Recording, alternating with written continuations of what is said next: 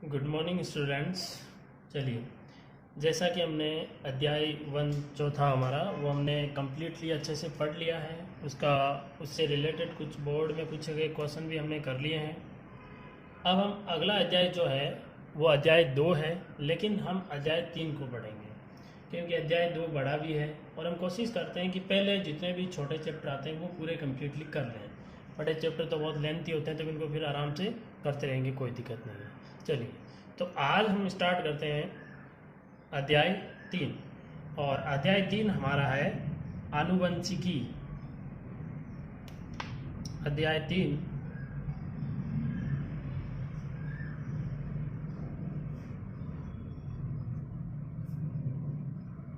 अध्याय 3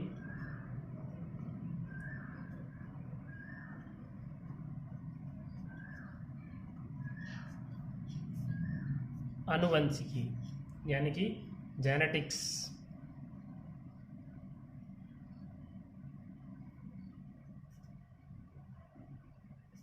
चलिए, अध्याय 3 जो है वो है आनुवंशिकी यानी कि जेनेटिक्स। तो सबसे पहले हमारा जो प्रोसीजर है, हम हमेशा की तरह पढ़ते हैं वैसे हम सबसे पहले इस अध्याय में ये देखेंगे कि इस चैप्टर के अंदर हमें कौन कौन से टॉपिक पढ़ने हैं। अब इसमें एक बात और ध्यान रखिएगा, ये जो चैप्टर है ये 3 नंबर का एक ही क्वेश्चन आता है बोर्ड में। इसमें से 3 नंबर का इसमें से सिर्फ एक क्वेश्चन ही आता है, यानी ये जो पार्ट है ये टोटल 3 नंबर का है। चलिए ठीक है, छोटे क्वेश्चन 1 नंबर टाइप के क्वेश्चन नहीं आते हैं, लेकिन इसमें क्वेश्चन देने के भी तरीके होते हैं। तो क्या करता है एग्जामिनर, इसको क्वेश्चन को छोटे छोटे टुकड़ों में तोड़ देता है जिसमें छोटे क्वेश्चन भी मेंशन हो जाते हैं। चलिए, तो बात करते हैं आगे इसकी रूपरेखा के बारे में। तो रूपरेखा में इसमें क्या क्या टॉपिक है, कौन कौन सी सारी चीज़ें वो देखिएगा। रूपरेखा, रूपरेखा में जैसे कि हम हमेशा की तरह प्रस्तावना प्रस्तावना में इस टॉपिक से जुड़े हुए कुछ पॉइंट होंगे, वो पॉइंट इसके अंदर अपन इंक्लूड ले लेंगे। कोई छोटी सी परिभाषा हो या इस पार्ट से स्टार्ट में समझने की दृष्टि से जो खास हो वो ले लेंगे अपन। ठीक है, चलिए उसके बाद में सबसे पहली बात लेंगे कि ये जो पार्ट एक साइंटिस्ट के ऊपर पूरा बना हुआ है, यानी साइंटिस्ट ने इसकी आनुवंशिकी जेनेटिक्स की नींव रखी है, तो उस वैज्ञानिक के बारे में पूरा है कम्प्लीटली। तो पहला पॉइंट लेंगे हम इसके अंदर, Gregor John Mendel. Gregor John Mendel, Gregor John Mendel. अब ग्रेगर जॉन मेंडल का परिचय लिख दीजिए चाहे तो, का परिचय, यानी ग्रेगर जॉन मेंडल जो है इसका सामान्य परिचय, इसके बारे में अपन पढ़ लेंगे। चलिए दूसरा पॉइंट लेते हैं रूपरेखा में, यानी हम जो टॉपिक पढ़ेंगे वही सारी चीजें इसके अंदर है। मेंडलवाद,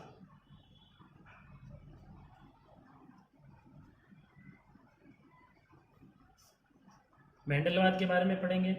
अब मेंडलवाद के बाद में इसमें थोड़ा सा अपन ले लेंगे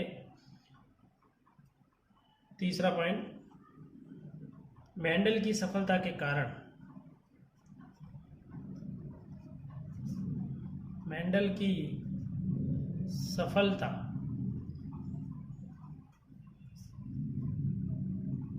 के कारण, यानी ऐसे कौन कौन से कारण हैं जो कि आनुवंशिकी की नींव रखने में मेंडल को सफल बनाती हैं, वो कारण पढ़ लेंगे। ठीक है, अब इसके अंदर 2 पॉइंट लेंगे अपन। इसमें ले लेंगे एक तो मटर के पादप का चयन,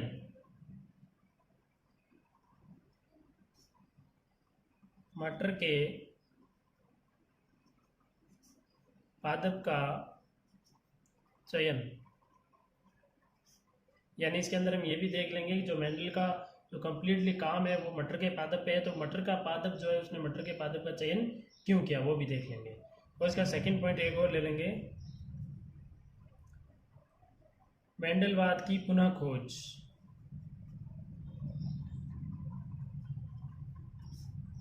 मेंडलवाद की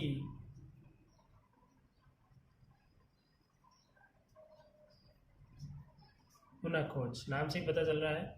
उसके बाद में कुछ साइंटिस्ट और आए हैं जिन्होंने इस नियमों के बारे में और कुछ बताया हुआ है। चलिए फोर्थ पॉइंट लेते हैं। फोर्थ पॉइंट हो जाएगा हमारा आनुवंशिकी शब्दावली,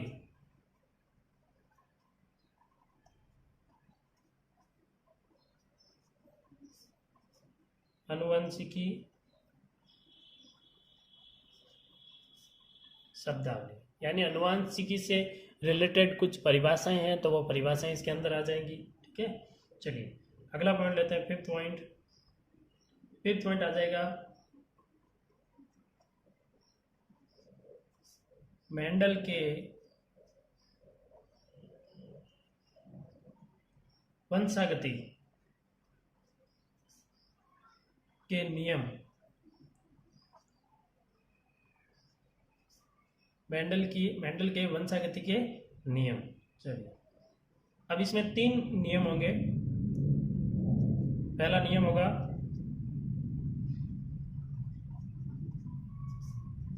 प्रभाविता का नियम।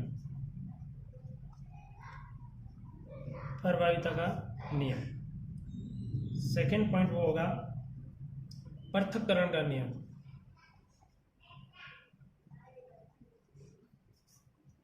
पृथक्करण का नियम। तो पहला नियम हो जाएगा प्रभाविता का नियम, दूसरा नियम हो जाएगा पृथक्करण का नियम। चलिए अगला पॉइंट हो जाएगा थर्ड नियम हो जाएगा स्वतंत्र अपव्यूहन। स्वतंत्र अपव्यूहन का नियम। तो इसके अंदर कंप्लीटली हम 3 नियम पढ़ेंगे। एक तो आ जाएगा आपके प्रभाविता का नियम, दूसरा नियम आ जाएगा पृथक्करण का नियम, और तीसरा आ जाएगा स्वतंत्र अपव्यूहन का नियम। ये जो नियम है, ये नियम बहुत ही इंपॉर्टेंट है। यहाँ से एग्जामिनर क्वेश्चन देने के चांसेस बहुत ज़्यादा रहते हैं। यानी कि ये पॉइंट जो है 5वां, ये पॉइंट आपको अच्छे से पढ़ना है, इसमें आपको बहुत अच्छे से ध्यान रखना है। चलिए तो 5 पॉइंट हो गए। छठा पॉइंट है जिसके बारे में अपन डिस्कस करेंगे, वो होगा वंशागति के नियमों का महत्व। यानी जो वंशागति के नियम हम पढ़ेंगे, इन नियमों का क्या महत्व है। यहाँ से भी बोर्ड में क्वेश्चन पूछा गया है। लगभग स्टार्ट के ग्रेगर जॉन मेंडल की सफलता के कारण इनको छोड़ के बाकी लगभग बोर्ड में सारे क्वेश्चन पूछ लिए गए हैं। ठीक है, चलिए तो ये यहीं पर अपनी रूपरेखा जो है वो यहीं पर अपनी समाप्त होती है। आप इस रूपरेखा का एक बार कहीं से कैसे करके स्क्रीनशॉट ले लीजिए ऐसे, ताकि आप अपनी कॉपी में काम अच्छे से करते रहें। चलिए अब अगला पॉइंट पढ़ते हैं।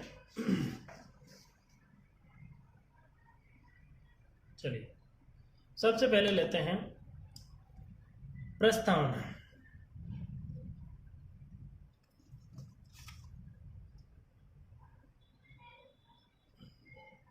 चलिए सबसे पहले प्रस्तावना।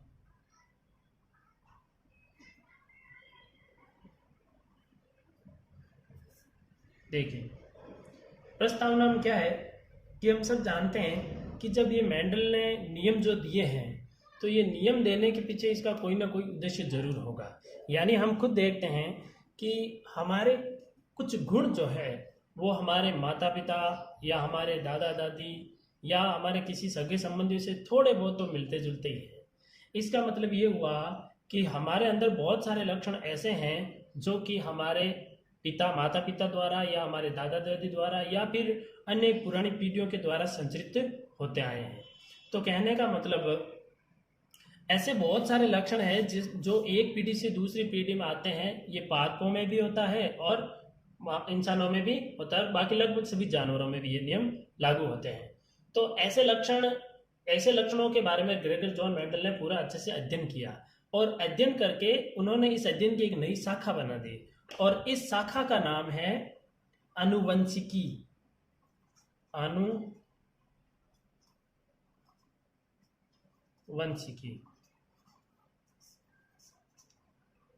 ठीक है भाई, आनुवंशिकी।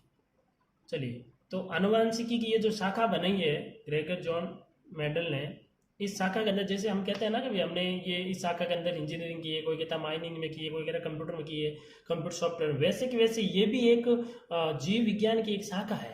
तो इस शाखा के अंदर क्या होगा, तो देखिए इसकी परिभाषा क्या होगी, आनुवांशिकी की परिभाषा, जीव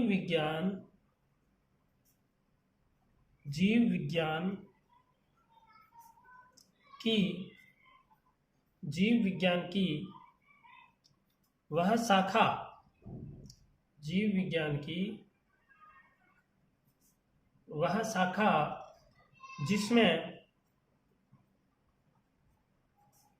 जिसमें सजीवों के लक्षणों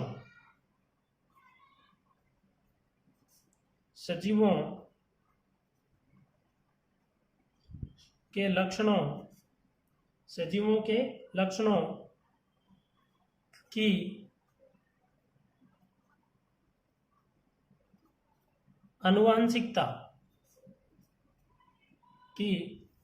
आनुवांशिकता और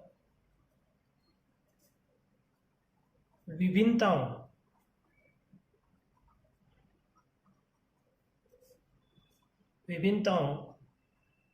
का अध्ययन किया जाता है।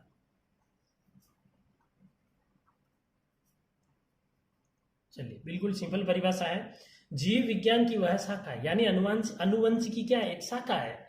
तो जीव विज्ञान की वह शाखा जिसके अंदर सजीवों के लक्षणों की अनुवांशिकता, यानी सजीवों के लक्षण, हमारे जो लक्षण हैं वो अनुवांशिकता है। अनुवांशिकता मतलब हमारे पिता से, हमारी माताओं से, हमारे दादा दादी से हमारे अंदर आते हैं। तो सजीवों के लक्षणों की अनुवांशिकता, इन लक्षणों का और उसके अंदर विभिन्नता, यानी हमारी शकल सूरत एग्जैक्ट हमारे पेरेंट्स से नहीं मिलती, कुछ डिफरेंट हो जाती है, कुछ गुण डिफरेंट हो जाते हैं। तो उनके लक्षणों की अनुवांशिकता और विभिन्नताओं का जिसमें अध्ययन किया जाता है उसे कहा जाता है अनुवंशिकी। और अनुवंशिकी को अंग्रेजी में कहा जाता है जेनेटिक्स। और जेनेटिक शब्द जो सबसे पहले शब्द जो प्रयोग किया गया, मैं लिख सकता हूं, जेनेटिक शब्द सर्वप्रथम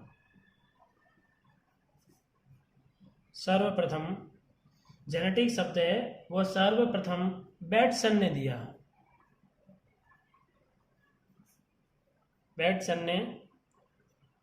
दिया। यानी अनुवांशिकी को जो अपन इंग्लिश में जेनेटिक्स कहते हैं, इस शब्द का जो सर्वप्रथम प्रयोग किया गया वो बैटसन ने किया था। तो ये अनुवांशिकी की परिभाषा अपने पास आ गई है। अगला पॉइंट लेते हैं, अनुवांशिक लक्षण। ये लिखा ना हमने, लक्षणों की अनुवांशिकता, यानी अनुवांशिक लक्षण, कुछ लक्षण जो हमारे दादा दादी या फिर हमारे माता पिता या हमारे अन्य किसी रिश्तेदार के थ्रू हमारे अंदर पहुंच जाते हैं, तो ऐसे लक्षणों को अनुवांशिक लक्षण। तो अगला पॉइंट लेते हैं, अनुवांशिक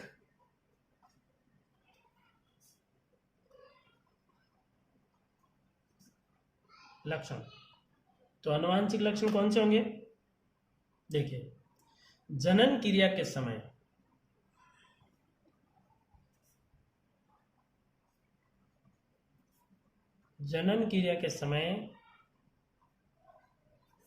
युग्मकों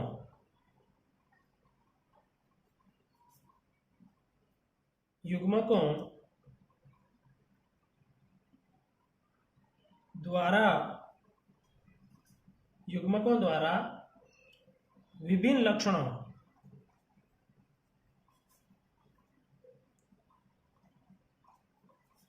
जनन क्रिया के समय युग्मकों द्वारा विभिन्न लक्षणों का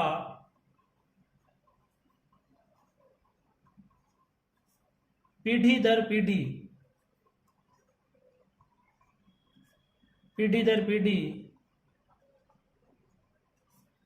संचरण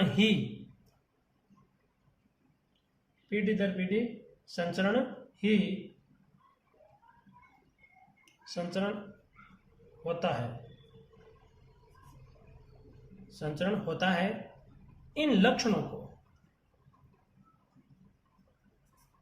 इन लक्षणों को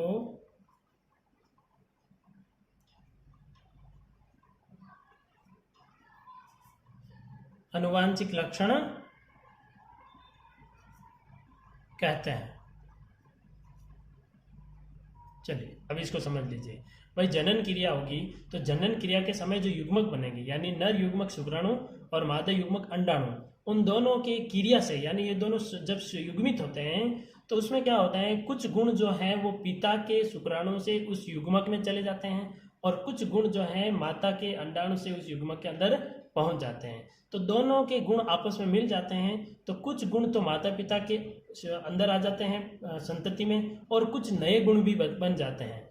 तो वो लक्षण क्या करते हैं, फिर माता पिता से संतति पीढ़ी में पहुंच जाते हैं। तो ऐसे लक्षणों को क्या कहेंगे, अनुवांशिक लक्षण। जैसे हम कहते हैं ना कि भाई किसी व्यक्ति के बचपन में ही, किसी लड़के बचपन में ही बाल सफेद आ जाते हैं सर पे, तो फिर उसको पूछते हैं कि इतना जल्दी बाल तेरे सफेद कैसे हो गए, तो वो कहेगा ये हमारा अनुवांशिक है। अनुवांशिक मतलब हमारे माता पिता के भी बचपन में वाइट बाल होते थे हमारे पिता के, इसलिए हमारे अंदर भी ये परंपरा चली आ रही है।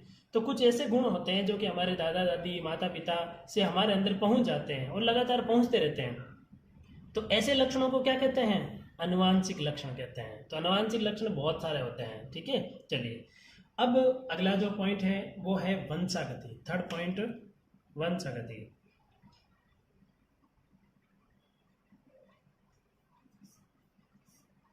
यानी ये परिभाषा पहले देखनी पड़ेगी कि परिभाषाएं क्या क्या है। चलिए अब जो हमारा अगला पॉइंट है वंशागति, ये पॉइंट हम नेक्स्ट क्लास में करेंगे। तो आज आपको क्या क्या याद रखना है, हालांकि थोड़ी बहुत रूपरेखा देख लेनी, उसके अलावा एक अनुवांशिक की परिभाषा और अनुवांशिक लक्षण। वंशागति जो पॉइंट है वो हम अगली क्लास में डिस्कस करेंगे। चलिए आज की सभा को यहीं समाप्त करते हैं।